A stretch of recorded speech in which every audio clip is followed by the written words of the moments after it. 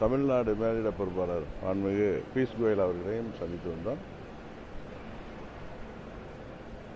நமது ஏப்ரல் 23 நடக்க இருக்கின்ற தேர்தலுக்கு 234 தொகுதிகளிலும் ஒவ்வொரு பூத்திலும் எங்களது தேசிய ஜனநாயக கூட்டணியின் நிர்வாகிகள்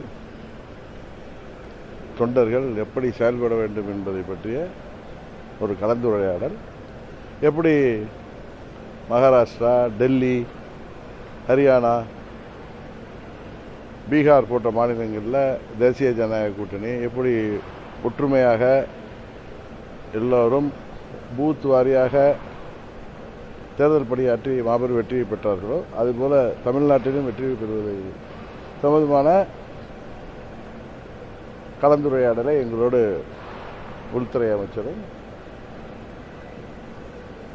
மாண்புமிகு பியூஷ் கோயல் அவர்களும் எங்களோடு கலந்து பேசுகிறார்கள்.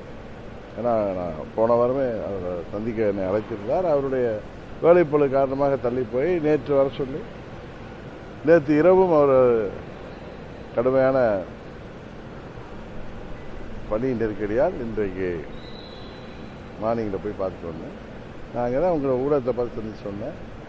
தொகுதி பங்கீடு எல்லாம் இங்கே சென்னையில் தான் எங்கள் தேசிய ஜனநாயக கூட்டணி சார்பாக நடைபெற்று இன்னும் 2-3 நாட்களில் சுமூகமாக அறிவிக்கப்படும். தொடர்ந்து வேட்பாளர் அறிவிப்பு, நாமினேஷன். கொஞ்சம் வெயிட் பண்ணுங்க. நீங்களா ஏதாவது போட்டுட்டு இருக்கீங்க, 6 நீங்கள் 7 நீங்கள் 8 நீங்கள் இப்போ கொஞ்சம் ஏறி வந்திருக்கீங்க. அது என்னன்னு தெரியல உங்களுக்கு. அமமுகவுக்கு சீட்டு கொடுக்கறதுல தேசிய ஜனநாயக கூட்டணிக்கு ஒன்றும் எந்தவித குழப்பமும் இல்லை. ஆனால் நீங்கள் தான் ரொம்ப கருவித்தனமாக ஊடகங்கள் நடந்ததுக்கு என்ன தெரியுங்கிறத நீங்கள் தான் பார்க்க போறீங்க.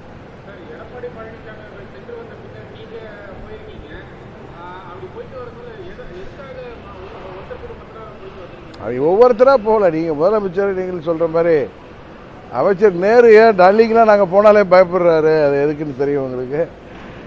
நான் என்ன கடந்த வாரமே சந்திக்க வேண்டியது, அவர்கள் வேலைப்பளு காரணமாக இந்த வாரம் சந்தித்தார். இன்னொன்று உள்துறை அமைச்சரோ மாண்புமிகு பியூஷ் கோயல் அவர்களோ டெய்லி இங்கே உட்கார்ந்து கூட்டணி தொடர்பான தொகுதி பங்கீடு விஷயங்களை பேச முடியாது. அதனால் அவர் முடிந்த நாளையோ நாளை மறுநாள் கூட கோயல் அவர்கள் வருகிறார்கள். அதுபோல் சுமூகமாக நடைபெற்று நாங்கள் இந்த திமுகவை, மக்கள் விரோத திமுகவை ஆட்சி பொறுப்பிலிருந்து உறுதியாக தமிழ்நாட்டு மக்கள் ஆதரவோடு அகற்றுவோம். சரி.